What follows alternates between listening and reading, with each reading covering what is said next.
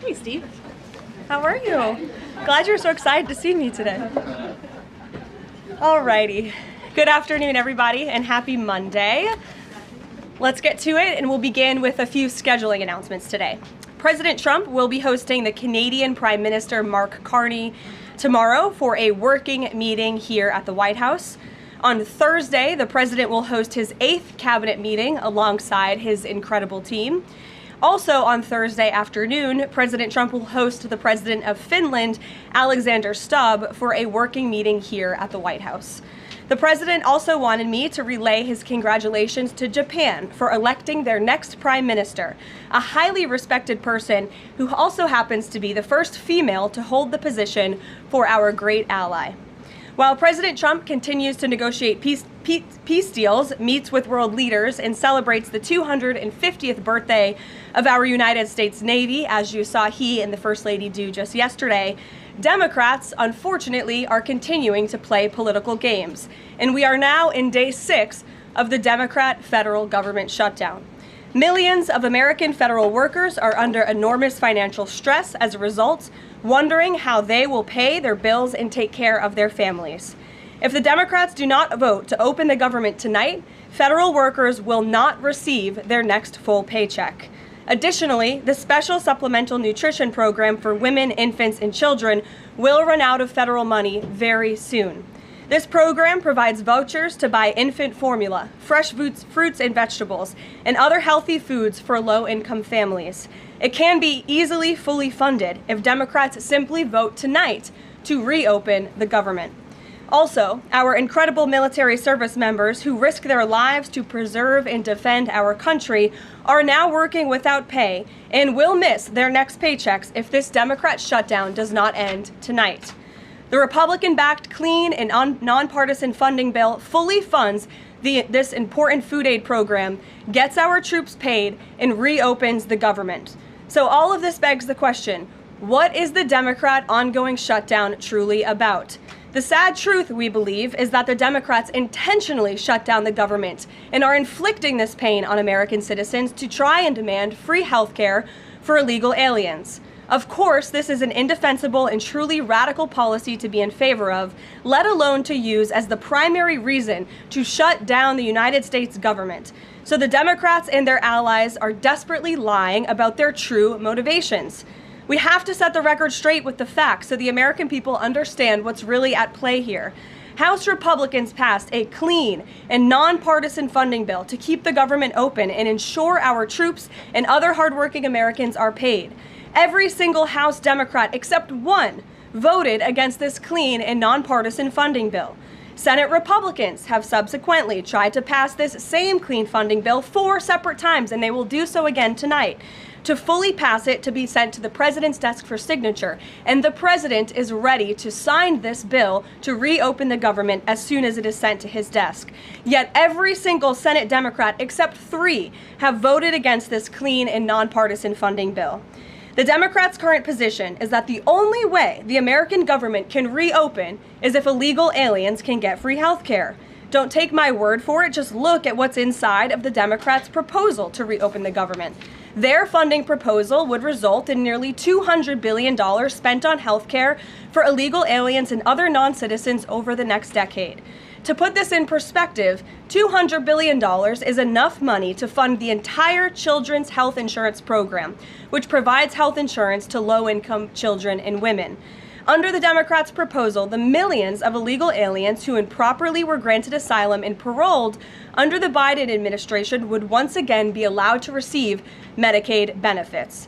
It does not end there. The Democrat proposal would also require Medicaid to pay more for emergency care provided to illegal aliens than it does for American patients who are disabled, elderly, or children.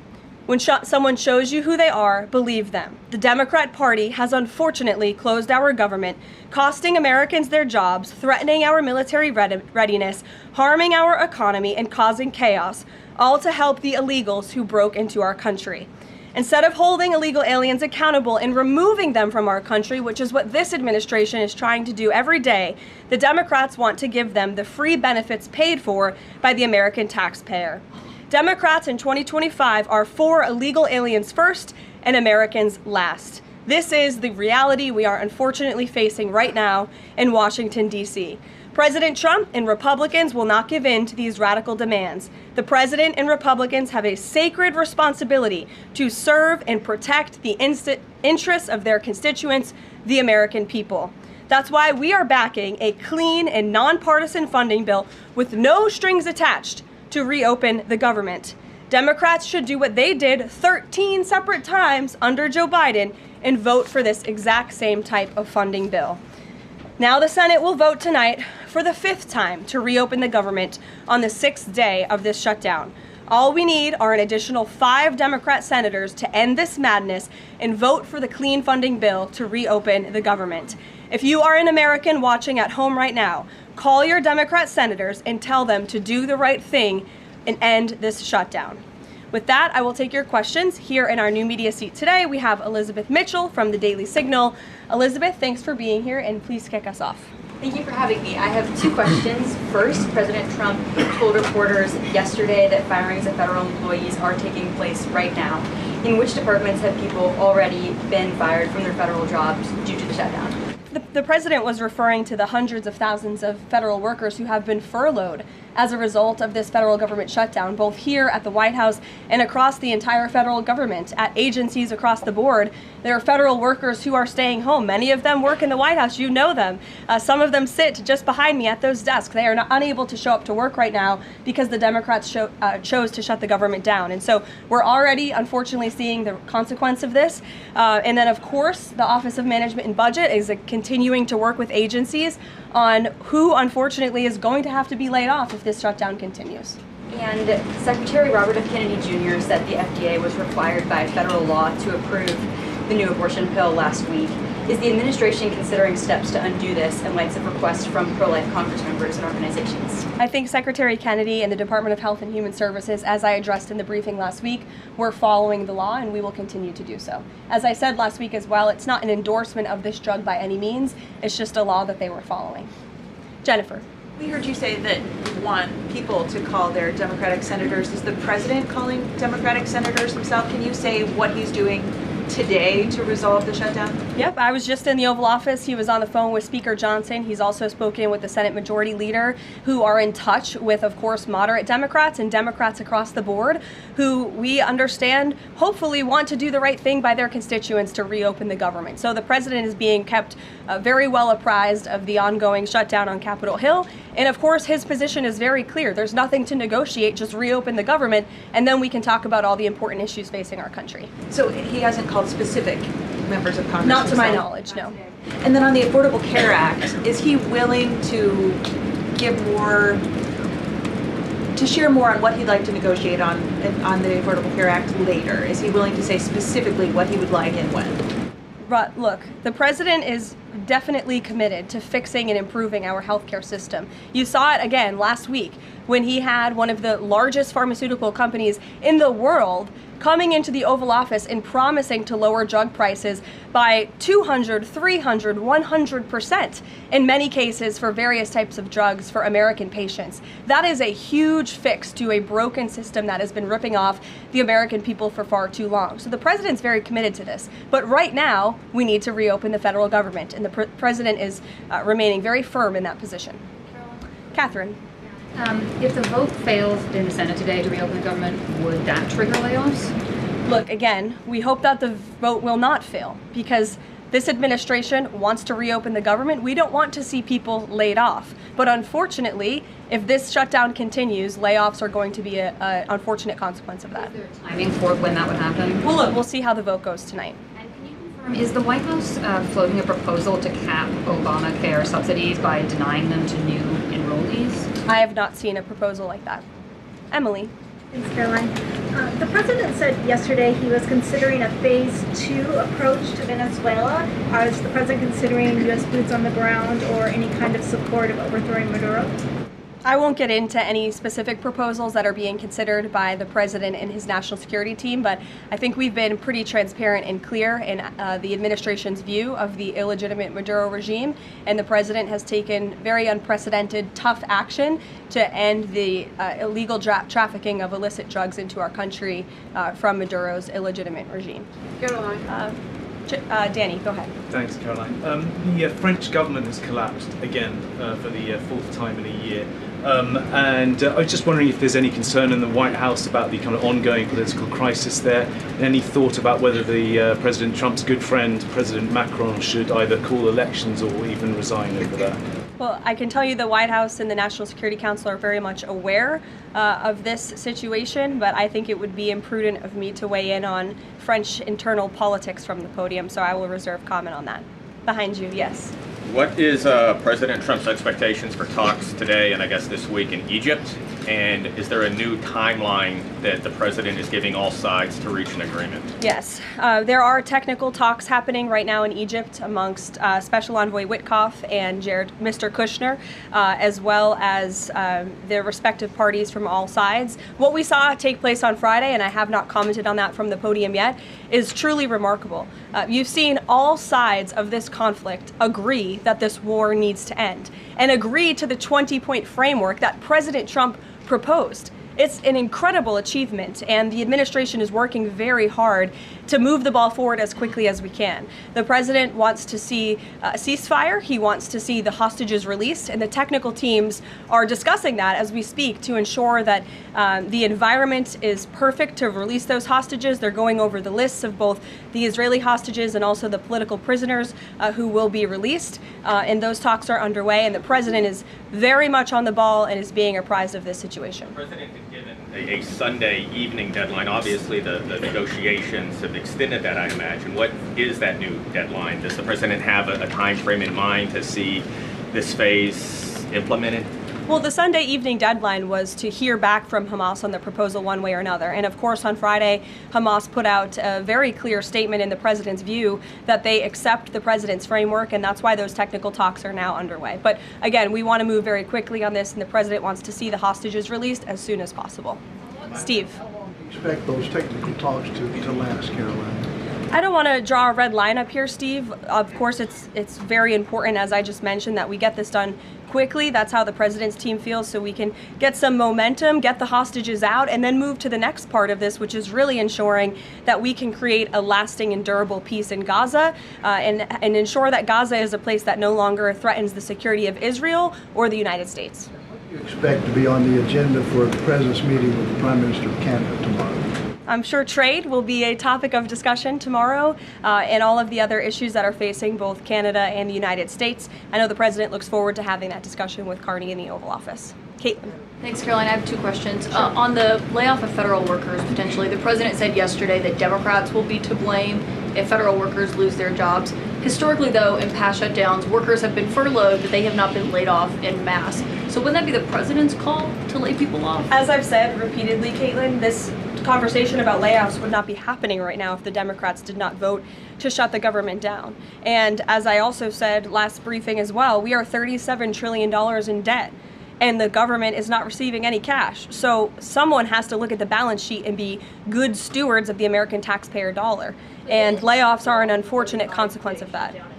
Term, for example. Well, as I'm telling you now, this administration is focusing on checking the balance sheet and ensuring we're doing the right thing by the American taxpayer. And again, these conversations about layoffs would not be happening in the White House today if not for the Democrat shutdown. And they have a choice to change that. They have another opportunity tonight to do the right thing to reopen the government. Joey. Judge over the weekend. Sorry, my second question. A federal judge over the weekend that the president had appointed to the bench in his first term in office basically argued that he could not deploy other states' National Guards to Portland. Basically said that it was untethered, his argument, to what is actually happening on the ground. Which local officials in Portland have said that the National Guard is needed there? With all due respect to that judge, I think her opinion is untethered in reality and in the law. The president is using his authority as Commander-in-Chief, U.S. Code 12406, which clearly states that the president has the right to call up the National Guard in cases where he deems it's appropriate. And if you look at what has happened in Portland, Oregon, for more than 100 nights, I was talking to our law enforcement team about it this morning, for more than 100 days, night after night after night, the ICE facility has been really under siege by these anarchists outside. They have been disrespecting law enforcement. They've been inciting violence. We saw, again, a guillotine rolled out in front of this federal building. And so the president wants to ensure that our federal buildings and our assets are protected. And that's exactly what he's trying to do. And ultimately, in the case in Los Angeles, that judge ruled in the Ninth Circuit, that panel of judges ruled that those troops could remain and that the president was well within his authority to do so. So we are appealing that decision. As you know, we expect a hearing on it pretty quickly, and we're very confident in the president's legal authority to do this, and we're very confident we will win on the merits of the law. But no local officials that you can point to that have said we need the National Guard? Because I spoke to the police chief of Portland last week. He said that the president's claims just don't match up with what's happening on the ground. I would encourage you as a reporter to go on the ground and to take a look at it for yourself, because there's been many members of the press, not press in this room, but independent journalists, some of whom we'll be inviting to the White House very soon to share their stories, because they have been in the middle of these riots and they have witnessed the anarchy that is taking place night after night. It's on video. You should play it on your show. You have a great opportunity on prime time on CNN to show your audience. Yeah, but you're probably talking to partisan Democrat officials who are opposed to everything this president does. You should also ask the people who live in Portland. We've actually heard from many members of the community who have said that this is complete civil disobedience. It's a mess. It's been loud. It's been troubling for neighbors in the community who are just trying to live peacefully. And these people are not there to peacefully protest. They are there to cause mayhem and havoc. Yeah, Caroline. Stephen, go ahead. Thank you, Caroline. Two questions. First, do you have a reaction to reports that thousands of Cuban troops are deployed alongside Russia fighting in Ukraine? And on a very different matter, the president last week floated in an interview with our colleague Daniel from One America a rebate for tariffs of up to $2,000 per person. Is that plan contingent on the Supreme Court's upcoming ruling on the legality of the tariffs? And is the White House preparing for legislation to make that happen? Sure. On the first point, I have not seen that report, Stephen, but I'll check in with our national security team after this and we'll get you an update. To your second point about the tariff rebates, I think it's an idea that the president has discussed and floated with his team of advisors, but no decision has been firmly made at this point in time. Why don't we go to the back? Owen. Good afternoon. Good afternoon. A few days ago, President Trump demanded Jay Jones of Virginia get out of the race for condoning political violence in a text message against a Republican politician a few years ago. He hasn't left the race. He hasn't dropped out. What's the president's reaction? Well, as you know, I'm not at liberty to discuss political races from the podium. I think the president himself made his position very clear, and I think anyone could agree the messages that were sent by this Democrat nominee for Attorney General in Virginia are really shocking, alarming, and completely unacceptable. He was threatening to kill his opponent and his opponent's children, and that type of rhetoric has zero place in our country, and the president was absolutely right to condemn that. One more, please. Sure, go ahead.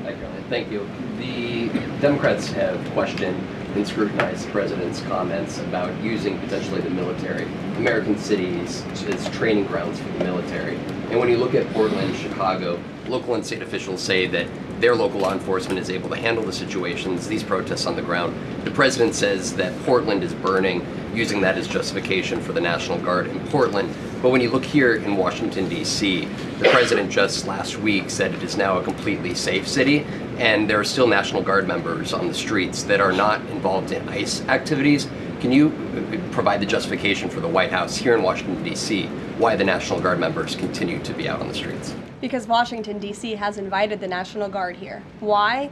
Because the mayor is doing the right thing, unlike mayors in other cities like Portland, as Caitlin and others have pointed out, who refuse to see that there are positive results from when local law enforcement works with federal law enforcement to do the right thing on behalf of their citizens. And Washington, D.C. is no doubt a safer city right now today than it was a few months ago when President Trump started this initiative to make D.C. safe again. And the National Guard is still here because the president and the mayor agree that it's a good thing for the city. Just like you're seeing in Memphis, for instance. We'll have National Guard deployed to Memphis. We have federal agents who are on the ground working with state and local law enforcement. The state police in Tennessee are part of this effort. The local metropolitan police in Memphis are part of this effort. State and local law enforcement and federal law enforcement should be working together. And it's a shame that we see in some cities across the country that their mayors are just simply refusing to cooperate because they don't like Donald Trump. And that's what this boils down to. And I don't think any American would disagree that Chicago needs more law enforcement reinforcements, that they need more resources. Look at this headline from over the weekend. At least 30 people shot during the weekend in Democrat-run Chicago. 5 of them were killed in one weekend. This is completely unacceptable, and the president wants to make American cities safer, and he's willing to work with anyone to do it. If the courts allow you to ultimately send in the National Guard into Chicago and Portland, do Democrats not have reason to be concerned that there are long-term plans by this administration to keep U.S. military or the National Guard in American cities, like what we are seeing here in Washington? Why should they be concerned about the federal government offering help to make their cities a safer place? They should be concerned about this. They should be concerned about the fact that people in their cities right now are being gunned down every single night. And the president, all he's trying to do is fix it. And there has been a complete smear campaign by the Democrats and the media, quite frankly. I was reading Political Playbook this morning, one of the most inside the Beltway newsletters you can find. And you guys are framing this like the president wants to take over the American cities with the military. The president wants to help these local leaders who have been completely ineffective in securing their own cities. And we have already seen there's a positive formula for that. Look at Washington, D.C. The murder rate has declined significantly. Our streets are safer. People who live here feel safer. All of you in this room, I know you do, you just won't admit it. And it's a proven system that works, and the president wants to make America's cities safe again. And I don't think there's anything wrong with that. Michael. Thank you, Caroline. 2 questions, if I may. Because the mayor wants them.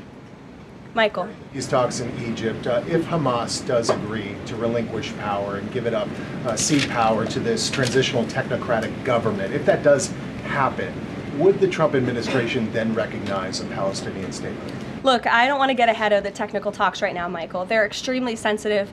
They're taking place, again, as we speak, and there's a lot of, there's many things to discuss, of course. This is hopefully we expect and we hope going to be one of the greatest peace deals this world has ever seen. And the Trump administration is working diligently and working very hard to get there. And as I said, Friday, all terms agreed. We have the Arab countries who are working with us. Of course, Israel has been incredible in cooperating with the president's plan and agreeing to it.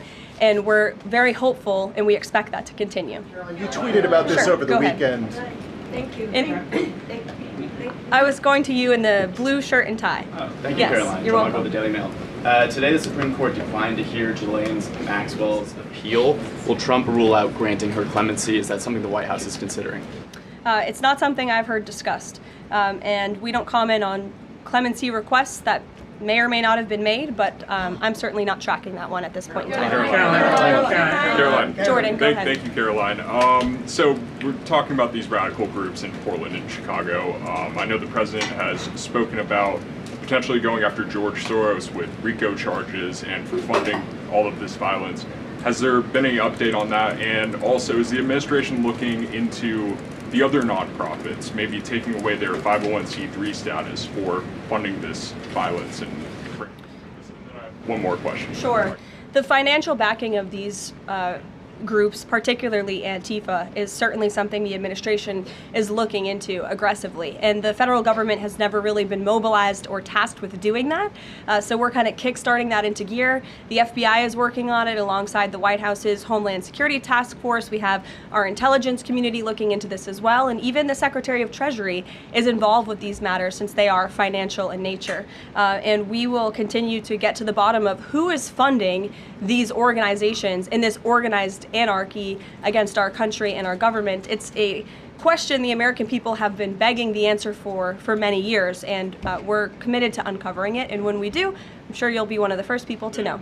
Separately, Caroline. Thank you. So Gaza, under the president's plan, is going to be governed by a transitional governance of a technocratic, apolitical Palestinian committee made up of qualified Palestinians and international experts. Now, given how radicalized the Palestinian population is in Gaza and in the West Bank, can you offer some insight or guidance into who are some of these Palestinians that are going to be considered for leadership roles in Gaza and where you're going to be finding them, and do you have any names? We're not quite there yet, Jonathan.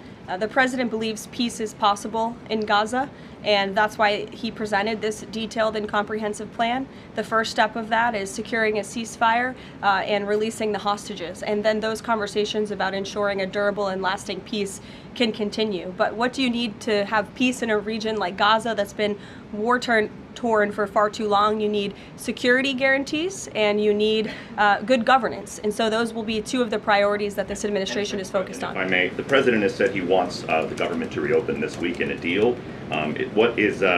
What's going to happen by the end of the week if there's no deal? What's the White House prepared to do? With no deal with what? To reopen the government. Look, as I said, unfortunately, there's going to be a lot of pain inflicted. There already is on the American public, on our troops who are not being paid, again, on women and young children who depend on critical food assistance. We hate to see this. And in fact, the Office of Management and Budget is trying to do everything they can to find funds to get out the door for these vulnerable populations in our country. Again, we shouldn't be having to do that. The Democrats have a chance to change course tonight. I believe the vote's taking place at 6:30, and we urge Democrat senators to vote to reopen the government and to do the right thing. Thanks, guys. If you like this video, then like, share and subscribe to ET Now.